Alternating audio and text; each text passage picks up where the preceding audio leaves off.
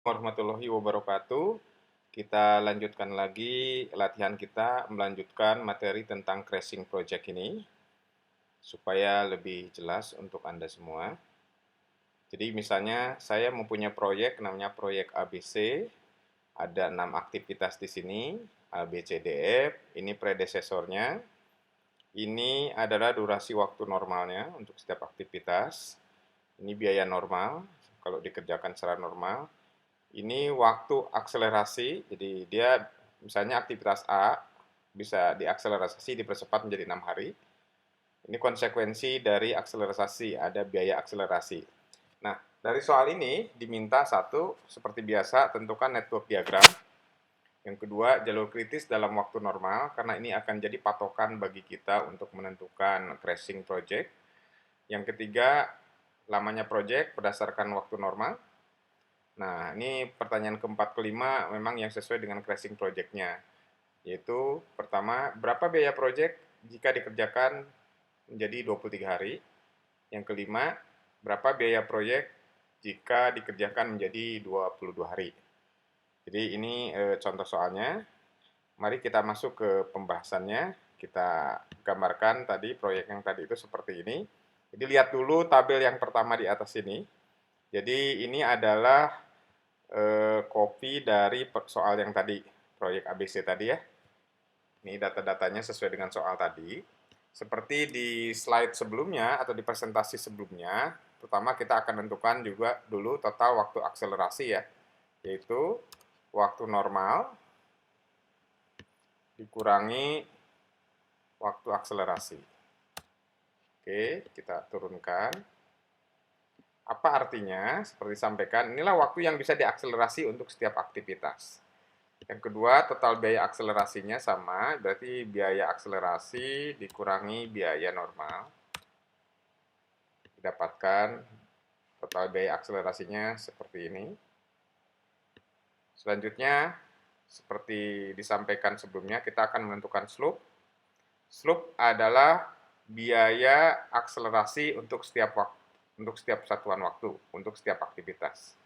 Misalnya berapa slope atau biaya akselerasi untuk aktivitas A. Jadi kalau aktivitas A dipercepat, maka biaya yang timbul adalah 100 dibagi 2. Artinya apa? Kalau aktivitas A dipercepat 1 hari, maka biayanya adalah penambahan 50 misalnya. Kita lihat aktivitas yang lain, nah didapatkan. Oke, ini hitung-hitungannya dulu. Selanjutnya, seperti disampaikan, langkah berikutnya Anda harus menggambar network diagram. Di pertemuan-pertemuan minggu lalu ini sudah dibahas beberapa kali. Ini soalnya juga simple, jadi inilah gambar network diagram kita berdasarkan data yang ini. Dengan menggunakan waktu normal, ada aktivitas A, B, C, D, E, F gitu ya. Nah, dari network diagram ini, kita bisa melihat bahwa jalur kritisnya adalah jalur A, B, D, dan F. Di mana early start sama latest start atau early finish sama latest finish-nya itu sama. Artinya titik A, B, D, F adalah titik kritis sehingga A, B, D, F adalah jalur kritis di proyek ini. Nah, seperti disampaikan sebelumnya bahwa akselerasi dilakukan dengan mengurangi waktu pada jalur kritis. Jadi kita sekarang perhatikan titik-titik yang berada pada jalur kritisnya aja. Yaitu A. Jadi kalau kita tulis jalur kritisnya adalah A, B, D, dan F. Oke ya. Jadi kita tandain lah biar mudah begitu ya. Saya yang masuk jalur kritis itu adalah A. A di sini saya tandain dengan warna kuning. Terus B. Terus D. Dan F. Oke.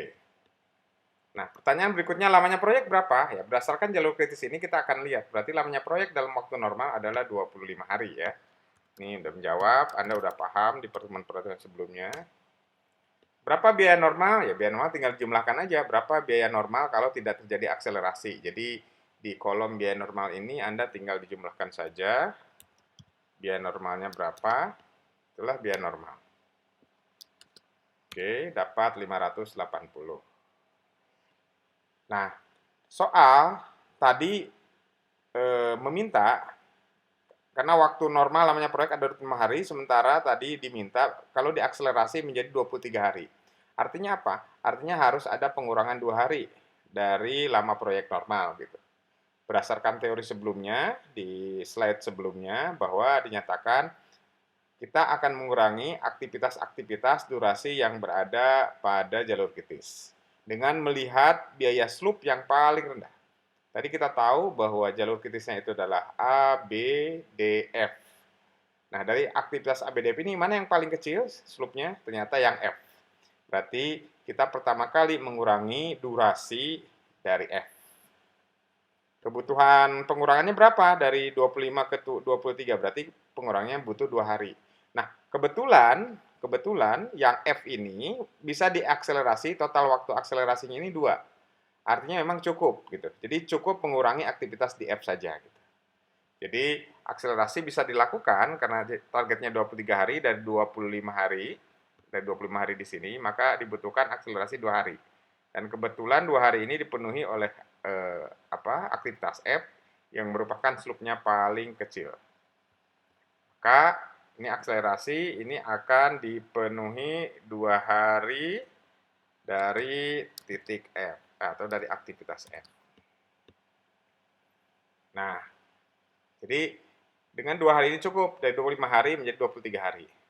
Nah, sekarang berapa biayanya setelah akselerasi 2 hari ini, begitu ya? Ya tinggal dijumlahkan aja, berarti biaya sekarang adalah biaya sebelumnya yang 580 ini, ditambah 2 hari dari biaya akselerasi atau slope kegiatan F10. Ya, jadi saya ulangi, karena kebutuhan pengurangan atau percepatannya adalah 2 hari, dan ini dipenuhi oleh aktivitas F yang merupakan slope yang paling kecil, dan kebetulan 2 hari ini sesuai dengan target, tadi waktu proyek normal 25 hari, dikurangi 2 waktu akselerasi di F ini, jadi 23 hari sesuai target, maka penambahan biayanya adalah biaya normal sebelumnya, ditambah 2 kali biaya akselerasi atau slope dari F. Jadi 2 kali 10. Jadi 580 ditambah 2 kali 10 adalah 600. Jadi pertanyaan pertama ini terjawab. Jadi biaya akselerasi atau biaya yang diperlukan kalau proyek dipercepat menjadi 23 hari dan 25 hari adalah 600. Ini soal yang pertama. Yang kedua, pertanyaan yang kedua adalah targetnya adalah 22 hari. Berarti kita harus mengurangi lagi. Dari mana? Nah, sebelum itu dilakukan, seperti disampaikan di teori sebelumnya, bahwa setelah Anda ada pengurangan dari putaran pertama tadi, looping yang pertama, maka kita buat lagi aktivitasnya lagi gitu. Sekarang aktivitasnya A, B, C, D, F masih tetap, tapi aktivitas F sekarang 1 hari, karena udah dipercepat tadi 2 hari. Asalnya 3, dipercepat 2 hari, maka tinggal 1 hari. Jadi sekarang waktu normalnya jadi seperti ini, begitu ya. Jadi 1 yang F. Sama prosesnya, Anda gambarkan lagi network diagramnya, didapatkan seperti yang berubah tadi F jadi tinggal 1 hari. Jadi setelah dihitung-hitung, setelah digambarkan network diagramnya, ternyata jalur kritisnya masih tetap, yaitu A, B, D, dan F. Oke, ini hasil sama ya. Nah, berapa biaya sebelumnya? Biaya sebelumnya adalah biaya setelah akselerasi 23 hari tadi, yaitu 600. Kita tulis dulu di sini. Akselerasi yang diperlukan berapa? Gitu. Tadi kan terakhir proyek udah 23 hari, sementara yang diharapkan 20 hari. Jadi butuh akselerasi 1 hari lagi. 1.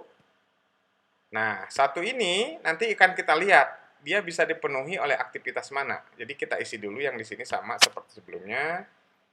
Ini adalah total waktunya sama dengan normal, waktu normal dikurangi waktu akselerasi. Oke, itu sama dengan yang di atas. Terus biaya akselerasi sama total biaya akselerasi dikurangi biaya normal. Oke, sementara slope-nya ini sama total biaya akselerasi dibagi dengan total waktu akselerasinya. Oke, saya akan tarik ke bawah. Ini yang F ya ada masalah. Memang tidak bisa karena pembagian oleh 0, karena total waktu akselerasinya ada 0. Artinya apa? Udah 0, dia tidak bisa dipercepat lagi gitu. Artinya kalau total waktu akselerasi 0, artinya aktivitas F memang udah digunakan. Tidak bisa diakselerasi lagi. Kita tandain lah ini udah dipakai gitu ya. Tapi dari sini kita pun tahu tetap bahwa jalur kritisnya adalah A, B, D,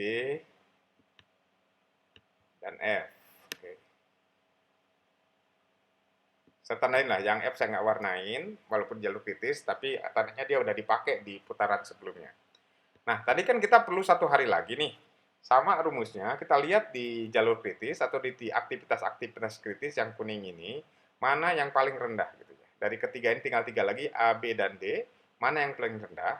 Ternyata yang paling rendah adalah yang aktivitas A, 50, dari titik-titik kritis ini. Maka kita akan mengurangi di langkah yang ini adalah penambahan biaya atau akselerasi dari aktivitas A. Berapa yang diperlukan? 1 hari. Sementara sebetulnya A, total waktu akselerasinya masih 2 hari. Artinya apa? Sebenarnya aktivitas A ini bisa dipercepat lagi 2 hari, tapi kita butuhnya cuma 1 hari. Jadi 1 hari ini bisa dipenuhi dari aktivitas A, kira-kira seperti itu. Nah, cukup 1 hari ya. Sehingga di biaya apa? Sama. Biaya dengan total 22 hari adalah biaya sebelumnya ini yang 600, yang 23 hari tadi, ditambah 1 hari, karena keperluannya cuma 1 hari, untuk dapat 22 hari, dikali dengan biaya slope aktivitas A 1 hari, 50 ini. Jadi 650. Cukup. Jadi aktivitas A itu yang dikurangi berikutnya, tapi yang digunakan cuma 1 hari lagi, karena butuhnya cuma 1 hari gitu. Oleh karena itu, kalau target proyek atau proyek ingin dipercepat menjadi 22 hari, kita butuh 1 hari saja dari aktivitas A. Inilah aktivitas yang memberikan slope paling kecil dari ketiga titik kritis ini.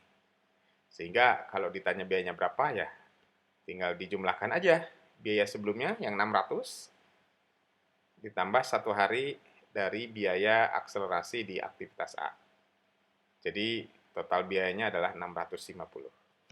Jadi soal yang tadi, ini udah terjawab gitu ya. Ini semua, berapa biaya proyek 23 hari, dari 600, berapa biaya proyek 22 hari, itu hasilnya adalah 650. Jadi ini saja sebagai penjelasan tambahan, mudah-mudahan Anda menjadi lebih paham begitu. Kuncinya adalah ikut latihan. Tetap kalau ada pertanyaan Anda bisa sampaikan secara offline di Google Classroom atau di aplikasi e-learning yang lain. Mudah-mudahan ini bisa diikuti dengan baik. Terima kasih, tetap semangat. Assalamualaikum warahmatullahi wabarakatuh.